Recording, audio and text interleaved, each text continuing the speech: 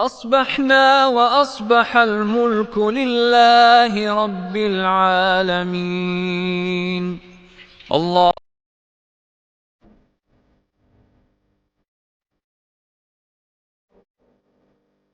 السلام عليكم ورحمة الله وبركاته. كيفكم؟ صباح أخباركم؟ طمنوني عنكم. بتمنى تكونوا بألف خير يا رب.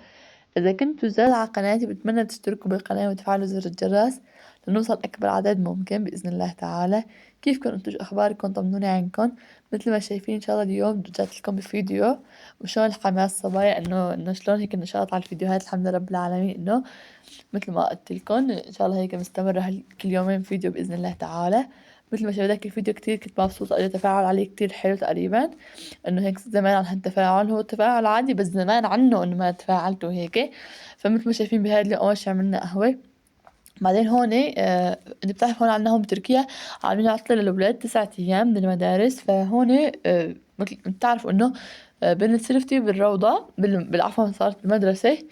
فهون بقى قبل ما إنه تخلص المدرسة هيك حبينا نعمل هيك أجواء، يعني قبل ما تخلص العطلة حبينا نعمل أجواء. فوالله جبنا هيك شوية أكلات وبركنا حطينا هيك منه بتسلوا منه بغيروا جو للأولاد كمان. وبالنسبة للجو عنا كان كتير برد فسويناها بالبيت هيك، كانت كتير حلوة بسيطة يعني. طبعا احنا جبنا عصير للأولاد، جبنا عصير لكلياتنا يعني مشان ما إنه هلا جبنا عصير لأن نحن الأمهات وعرفنا الأولاد غير نوع عصير بده يشربون النوع العصير حتى لو كان نوع عصير يعني مو طيب أي شي إن كان جبنا لأنه بده ياخذوه. فجبنا كلياتنا نفس الشي بس الأولاد شربوه قبل ما نلحق نصور. من لما يعني جبنا غاز فورا شربوه قبل ما نلحق نصور. فهيك صورت لكم والله. وبهذا اليوم كمان كان في عنا بازار صورت لكم مثل ما قلت لكم ان شاء الله يعني انه هيك روتين يوم ايش بصير معنا باليوم. وطب هذا اليوم سبحان الله ما كان عندي طبخه لانه كان في عندي ابرق بالفيديو اللي قبل هذا. وبالنسبه للتعليقات اللي اجاني على الفيديوهات اللي قبل هذا كثير حبيتهم، شكرا كثير لكم. وبالنسبة للصحن إنه كتير منكم خاف على الصحن، والله أنا كمان كنت كتير خايفة عليه للصحن البلور. بس يعني أنا ما حطيت صوت الفيديو الأصلي لسه شايفة تسجيل. بس قلت له جوزي إنه دير بالك على الصحن لا ينكسر، وأول شي قلبها هيك على الهوا بعدين حطها على المجلة شوي شوي. مثل شايفين هون في عندي يبرة. اول شي مثل ما تعرفوا جوزي من البازار، طبعا هم ما طبقت اغراض البازار بلا شي. اول شي حطيت اكلت عشينا، تعرفوا تاخر الوقت هون لما جوزي راح على البازار واجا اكيد كان جوعان وبرد وهيك. فاول شي حطيت عشيت عشينا. بعدين هيك لما نمت المطبخ شفت اغراض البازار يعني ما بدك كتير شغل الحمد لله رب العالمين. اذا كانت انه هيك خضرة عادية، اما اذا ما كان فيها يعني شي بده شغل انه بوقته. مثل هدول الشغلات بايام الصيف كانوا وقت يجيبون نمونة او شي وبده شغل بوقته. بس هلا بما انه خضرة عادية بس طبيعية بالبراد، وكان البراد عندي نضيف انا قبل بيوم مسحته مجهزته للبازار. انا مثلا كل ما يكون عندي مثلا بازار قبل بيوم بجهز البراد مثلا من تمسيحة من شغلة. إيه برجع يوم البازار اذا شفت هيك فيه يعني صاير جعان فيه شي برجع امسحه. انا مثل شفتوا صبايا سالتوني هدول المحارم المعطرة اللي بستخدمه انا بشتريهم من البيم. هن مو محارم عطر نفس تبعت الاطفال، محارم عطر هن خصوصي للمسح هيك شغلات لمسح. انا كتير كتير والله كتير مستفيدة عليهم يا صبايا من ناحية مسح الغاز. هيك شغلة سريعة كبت على نقطة قهوة مثلا بمسحه البراد من برا يعني هيك، او مثلا هيك البراد مثلا انه هيك شغلة بستفغر بمسحه. والله يعني كتير كتير كنت مكيفة عليهم والله الصراحة. وسعرهم مو غالي، كل ما بنزل عليهم العرض بجيبهم. بنت هون بتركيا اكيد بيعرف انه والله يا صبي انا هون مثلا كل ما بترقت هيك العروضات شو بنزل عروضات مثلا بالبيم بالايز بي بالشوك بقوم بتفرج عليهم والله. وهيك سبحان الله. انا والله صدقا يا صبي صدقا هذا التدريب انا اللي بشتريه كتير بحبه كتير، يعني نوعيته ممتازة وكتير يعني مبسوط عليه. فسبحان الله تقريبا صار لي على مدة تقريبا سنة والله يعني صدفة هاس بتصدف صدفة سبحان الله. فما بشتري إلا عليه عرض سبحان الله، يعني إنه بصدف إنه لما بيكون خلص من عندي بكون تاني يوم عملوا عليه عرض فبروح بشتريه والله. هيك عن جد لما بتشتروا شي بعرض بتحسوا حالكم إنه هيك يعني ما نضحك عليكم، إنه اشتريتوا شي بسعر كويس ما نضحك عليكم. أما لما تشتري شغلة قبل بيوم تاني يوم يعمل عليها عرض يا تحسي حالك إنه انتصب عليك، تقولي مثل كأنه انتصب علي. فبستنى لما ينزل عروضات. أما كمان لما ينزل عروضات على شيء انا بدي اياه مثلا مثل الكاتشب، انا دوم بستخدم كاتشب مثل بتعرفوا انه ولادي يعني بحبوا الكاتشب من كتير يعني على البطاطا المقلية. وكان نازلين عليه عرض كمان، فوالله كمان جبت علبتين كاتشب. المايونيز ما كتير صراحة يعني، بس الكاتشب أكتر يعني، فوالله كمان جبت علبتين هيك. سبحان الله شي بلزمني يعني. وعاملين عليه عرض مغري كمان. هلا أحيانا بيعملوا عرض صراحة ما بنحكى فيهم نص وليرة، وهي ما بنحكى فيها، بس أحيانا بيعملوا عرض منيح يعني شي 25 30 ليرة. يعني هون يعني اللي ياخد كمية بتفرق معه صراحة. ايوه مثل ما شفتوا هون تعشينا الحمد لله رب العالمين. ليفت الجرياتك على السريع حبيت شارككم كمان عشان يصير عنا فيديو صراحة. وبعدين هون طبقت اغراض البازار مثل ما شفتوا. اغراض البازار الشتوية معروفة هي بندورة وفجل وحشايش. ايه والله هون انا طلعت علبة البراد، عندي علبة وحدة للبراد هيك صايرة طويلة، حطيت فيها. والله كان في عندي كم بندورة من الاسبوع الماضي، بس كمان كانت والله البندورة جاب لي جزء من الاسبوع الماضي اللي كانت عندي، امكن من الاسبوع جاب لي اياها هلا، يعني جاب لي اياها تازة اليوم. ايه والله الحمد لله رب العالمين. فهيك طبقتهم على السوا. وبعد ما طبقتهم هيك كمان سويت لكم جولة بالمطبخ انه شلون بعد ما رتبته وخلصت هيك.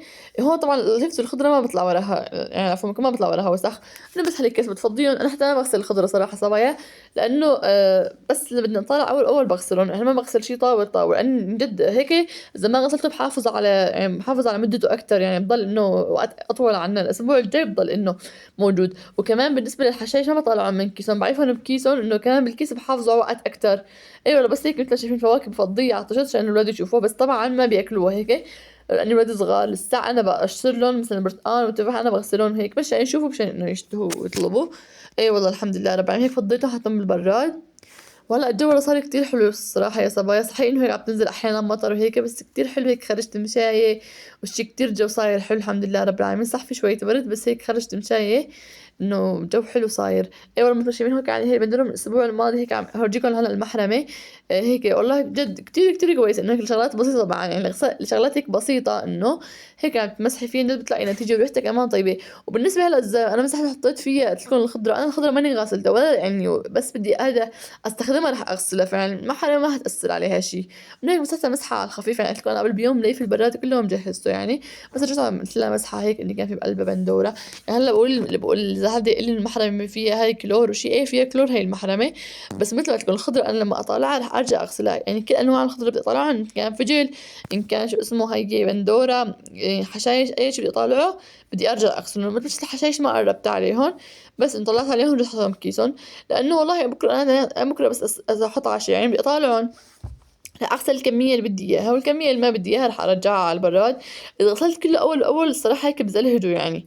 يعني فحرام يعني انه اغسلهم كلياتهم اول باول وتاني يوم اجي الاقيهم خربانين. لا ولا خلص بحطهم من دون غسيل، وقت بدي استخدمهم أه بغسلهم هيك. مثل ما شايفين بعد ما خلصت هيك ترتيب اغراض المطبخ وخلصت ترتيب اغراض البازار جليت وكل شيء ما ضل عندي شيء، قلت بدي عم نعمل هيك شوي احط هيك اجواء. والله صبيت كلها حطيت على طرف، وكمان بعدين سويت لهم هيك صحن فواكه. اي والله مرتب. قلت اخطي يعني هيك الاولاد بفرحوا من اغراض البازار شيء. انا هيك سبحان الله بحب انه بحب كتير يوم البازار هيك مو بيكون اي يعني هلا الفواكه بس ضلت عندكم يوم يومين بتحسوا خلاص انه هيك عادي، بس يوم بتجي من البازار بيوميتها بتحسوه هيك شيء جديد يعني. مع انه هذاك الاسبوع بدنا جبنا نفسه، بس هيك بتحسوا شيء جديد. فوالله انا بحب يوم البازار هيك بعد ما اخلص مثل ما هلا شايفين اعمل هيك صحن فواكه ونبرك عليه والحمد لله رب العالمين. انه هلا بهالجو كمان مفيدات إنه هيك عشان رشح عشان قريب عشان فيروس اي شيء، برتقال ليمون تفاح رمان هدول شغلات كتير مفيدات. اي والله هيك زبطت الصحن. طبعا ما سويت بالتفاصيل هيك حبيت مقتطفات. اي والله يا صبايا. وهيك كان فيديونا اليوم. بتمنى تشتركوا بالقناة وتفعلوا زر الجرس ليصلكم كل شيء جديد. شكرا لكم تعليقاتكم حلوة على لايكاتكم حلوة. ان شاء الله هيك دعموني مشان ان شاء الله ما اقطع على الفيديوهات ابدا. ايش ما الله بيقدرني بصور باذن الله تعالى. وهيك عن جد يعني عن جد صار عندي طاقة كتير، صار عندي طاقة انه اصور انا منتج فيديو تاني على السريع، لانه كتير ذاك الفيديو حبيت التفاعل عليه.